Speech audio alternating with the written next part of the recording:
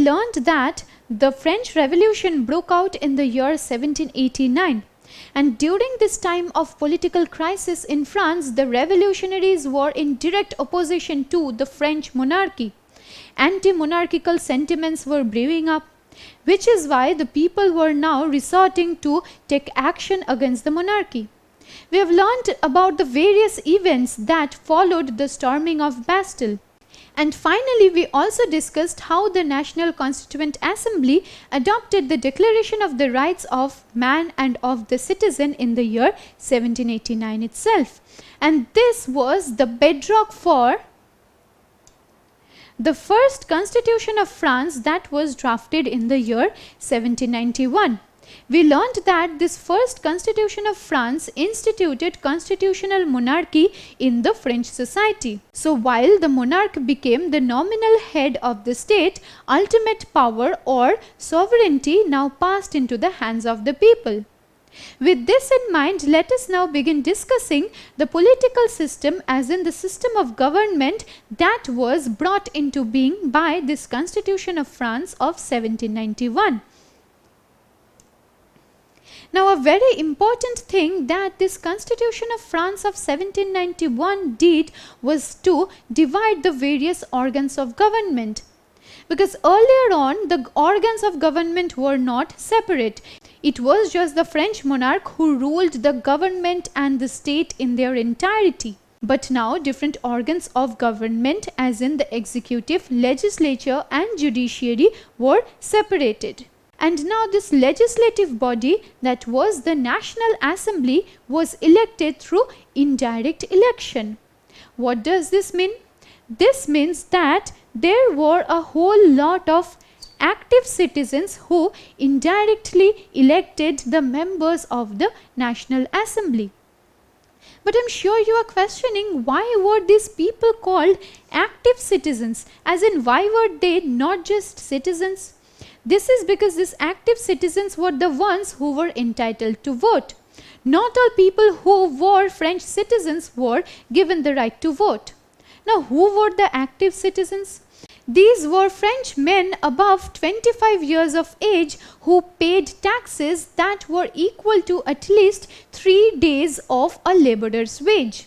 Now, by paying these taxes, these people now qualified as active citizens and they now became entitled to vote. Now, they constituted only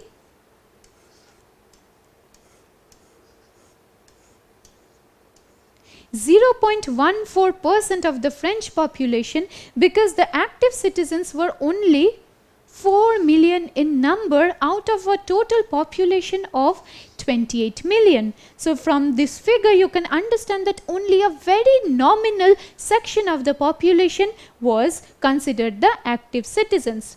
Now, who did these active citizens vote for?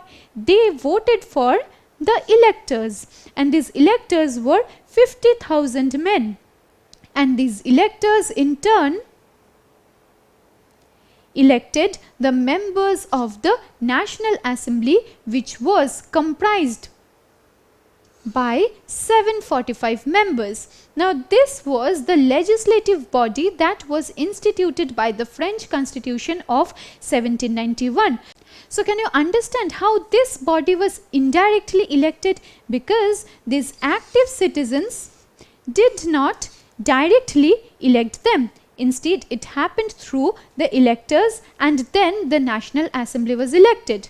Now, I am sure you are questioning, who were these people who could qualify to run for these positions, as in this position of elector or a member of the National Assembly?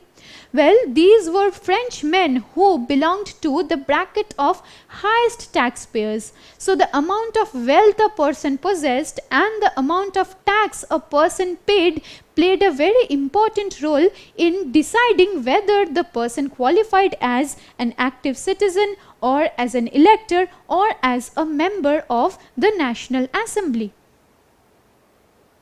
Now the French constitution gave great importance and power to this National Assembly, because this National Assembly now got the authority to keep the executive under its check. So can you understand how the French monarch, who had been ruling for many centuries, was now under the control of the National Assembly? And along with the French monarch, the National Assembly also got to control a body of ministers. So this entire executive body was under the control and the check of this legislative body.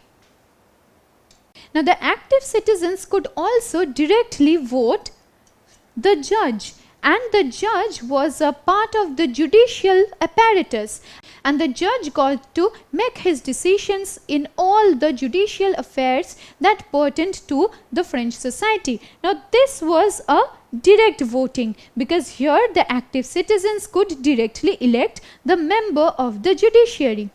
But I'm sure you are questioning what happened to the rest of the population, because these active citizens were only 0.14% of the entire French population. Well, what happened to the rest? Now the rest did not qualify as active citizens. Instead, they were categorized as passive citizens. Who were these passive citizens?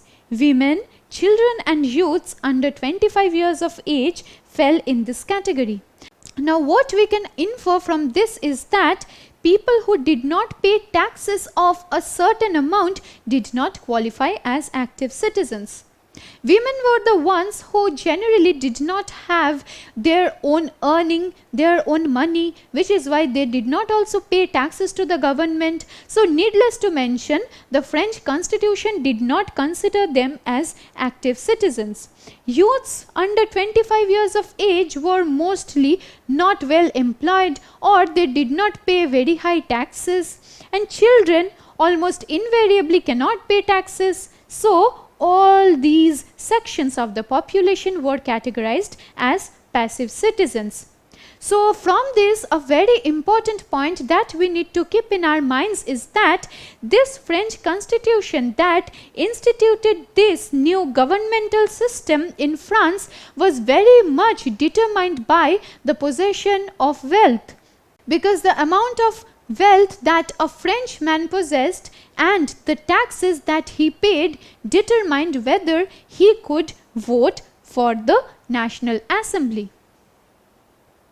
Now the process that we talked about, as in the governmental system that was instituted by the French constitution, was democratic in nature, in the sense that people now got a way to elect their own representatives, be that through indirect election.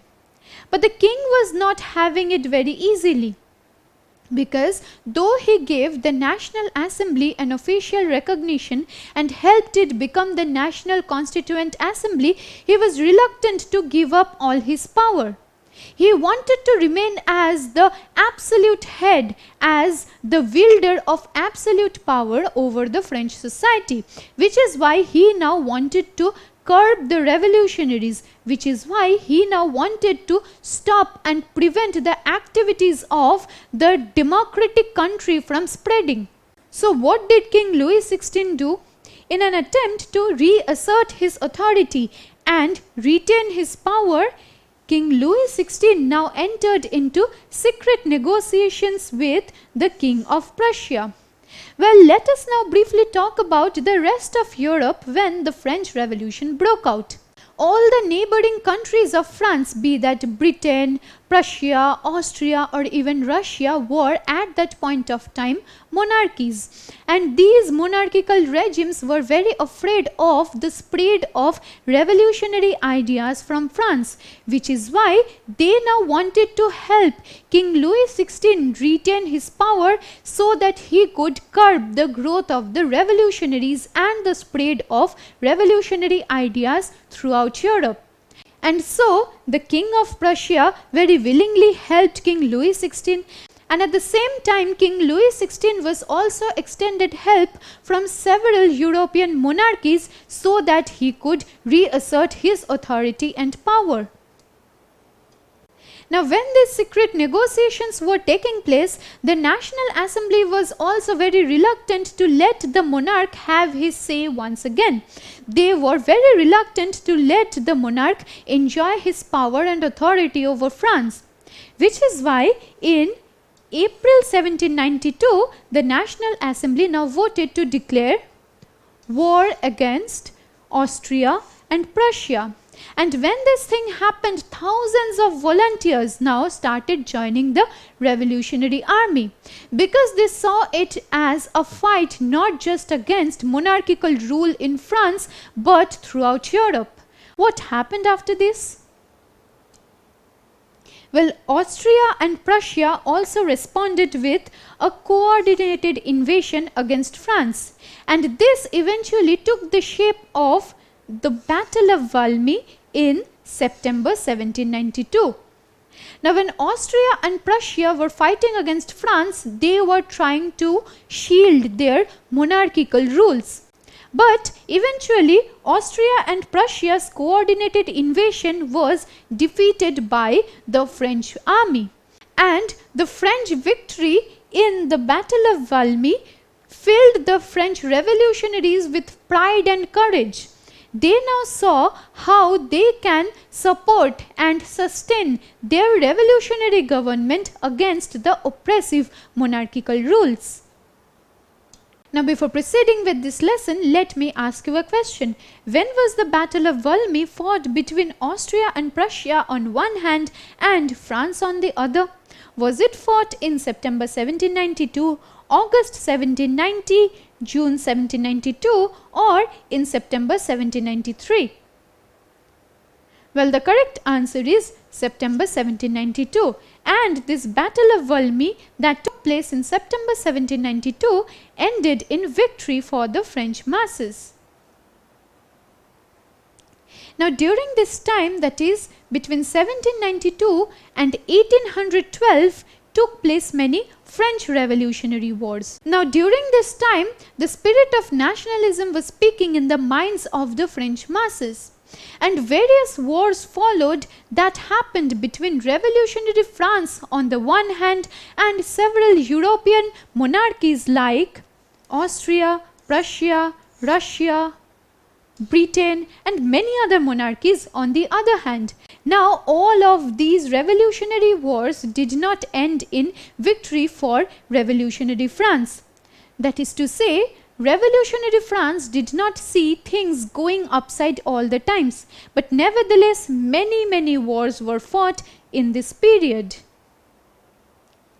Now, as we mentioned that nationalism was speaking in the minds of the people and they now wanted to defend their own revolutionary country, many patriotic songs were sung and composed around this time, among which mention must be made of the La Marseillaise. Now, this song was composed by the poet Roger de Lisle, and this song spread like wildfire among the masses when the French Revolutionary Wars were taking place. And let me tell you something about this song. This greatly popular song eventually became the French national anthem in the year 1870, and it has been so ever since. But any war, any battle that is waged between different countries, between different empires, monarchies, or any political unit always results in a lot of devastation and destruction. Because France was also suffering from a lot of losses owing to these French Revolutionary Wars. Because involvement in any war takes a toll on that country's economy, takes a toll on that country's society itself. And likewise, France incurred huge losses and economic crisis ensued. And it was all because of its involvement in the French Revolutionary Wars. Now, when the men went to fight for revolutionary France in the battlefields, it were the women who were left alone in their houses. And they had to struggle a lot in order to earn a living and in order to take care of their families. So this was a time of great conflict and crisis for the French masses in every possible way. Now, while many people were of the opinion that the French Revolution should be put an end to because France was already suffering from huge losses and financial crisis, many people maintained that the revolution must go on. Why do you think many people had this idea? This is because the French Constitution of 1791, as we discussed a while ago, gave political rights, gave electoral rights only to the propertied classes.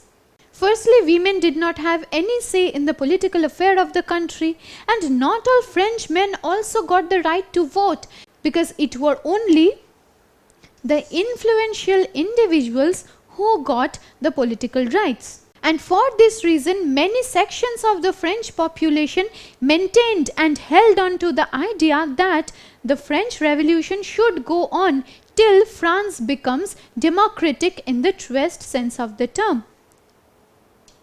Now, to discuss the politics of the country and decide upon the eventual course of action that the individuals would take, now came into being many political clubs. And in these political clubs, many people gathered to discuss the political affairs of the country, to discuss the economic affairs of the country, and over time, that is in the beginning of the 1790s, these political clubs in France got great importance. In a subsequent lesson, we will be introduced to one such political club that came into being around this time and assumed great importance in French politics, and eventually that club went on to determining and influencing French government to a great extent. So that political club is something that we will be taking up in our subsequent lesson. Don't forget to subscribe to our channel and hit the bell icon. You can also register for free at DeltaStep.com or download the DeltaStep app to learn one-to-one with our amazing teachers, or to get access to all our 5,000 plus amazing videos as per your school syllabus. Master each topic with our adaptive practice technology. Get million plus questions with step-by-step solutions and unlimited mock tests. Get all your doubts resolved instantly. Learn via games and win amazing prizes like PlayStations and iPads. So at DeltaStep, learning is not just fun and easy, it's rewarding too. So register for free now.